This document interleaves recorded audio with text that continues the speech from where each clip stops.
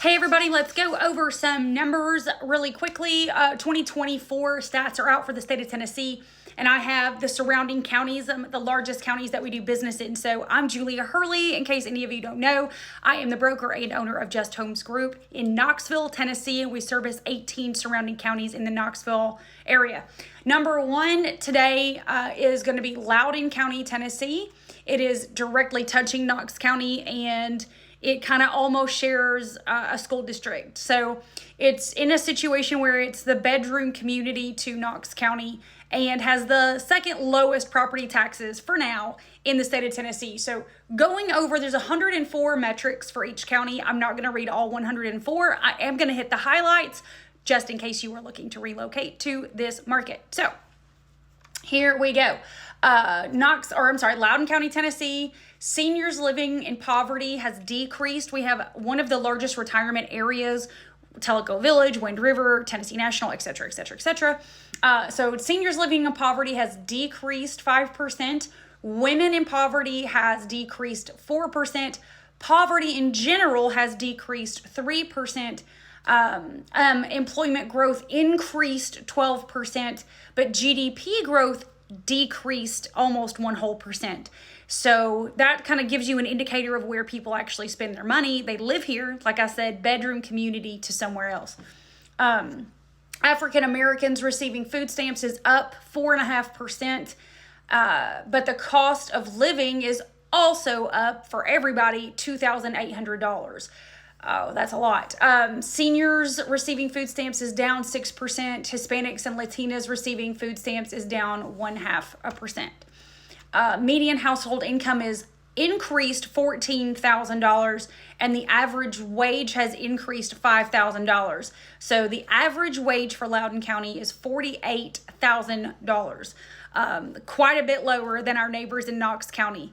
And labor force participation has decreased 3.2%. So again, a bedroom retirement community, really and truly, to the Knox County market.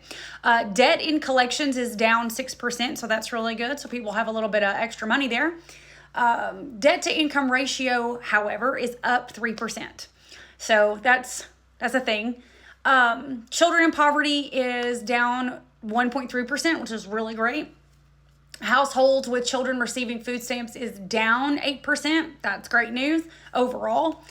Youth obesity, unfortunately, has increased. So let's get on those treadmills. That's definitely an indicator of future health issues.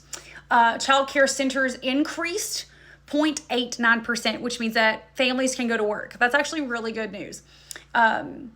Children in food insecure homes has decreased 3%, which is a huge thanks to the school districts for stepping up with a lot of their food during the summer programs. And a lot of the churches have started reopening their doors to food pantries, which is really helpful. Really helpful when the community gets involved. Let's see here. Low income uninsured is up. So maybe they don't understand that Tennessee has TennCare. We might need to talk about that in Loudon County. Let's see what else we have here. Adults with diabetes decreased a little, which is really good considering the level of retirees we have here. Fatal drug overdoses is up 18 people per 100,000. It's actually one of the higher ranking counties in the state. So let's take a look at that problem. But opioid prescriptions are down. So that's really good. Teen births are down, and life expectancy is up by 3.5 years. So that Lake Life, hashtag Lake Life, really getting it for you. Household unit growth is 11% in housing unit change, which is a pretty substantial change. It's one of the highest ones in the state of Tennessee.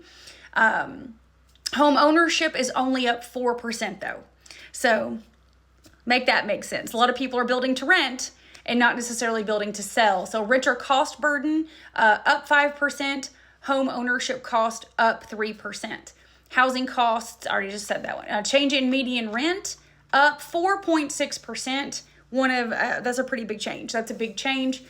New home sales up 28%, and age of housing negative 8%. So the age of our housing is increasing in value, which means we're getting a lot of new builds, which means that overall our county will have a more sustainable selling reach in the later dates, 10, 20 years from now.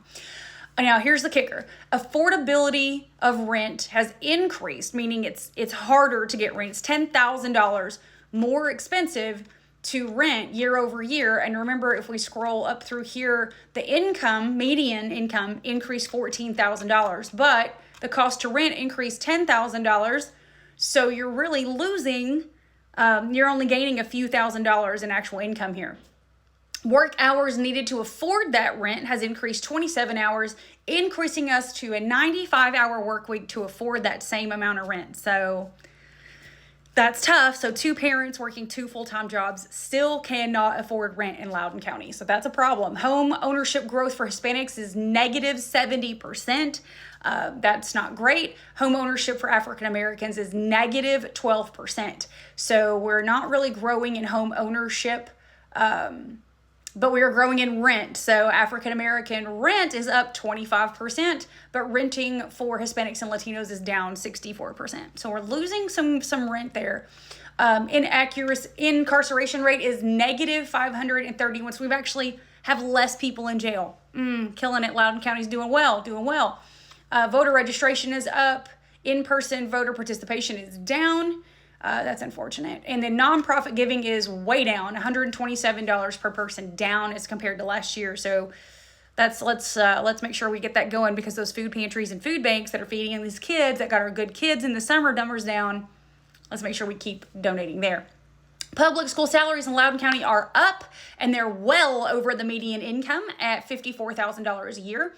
High school graduation rate is up 4%. High school graduation rate for minorities up 7%, which is really great. And high school graduation rate for economically disadvantaged is up 3%. And I attribute a very large portion of that to some of the income-based housing that Loudon County has surrounding their actual schools, so these kids can walk to school. It's kind of a big deal. They're really nice apartments, and that definitely attributes to that graduation success. So that's great. Lenore City definitely has taken the initiative on that one.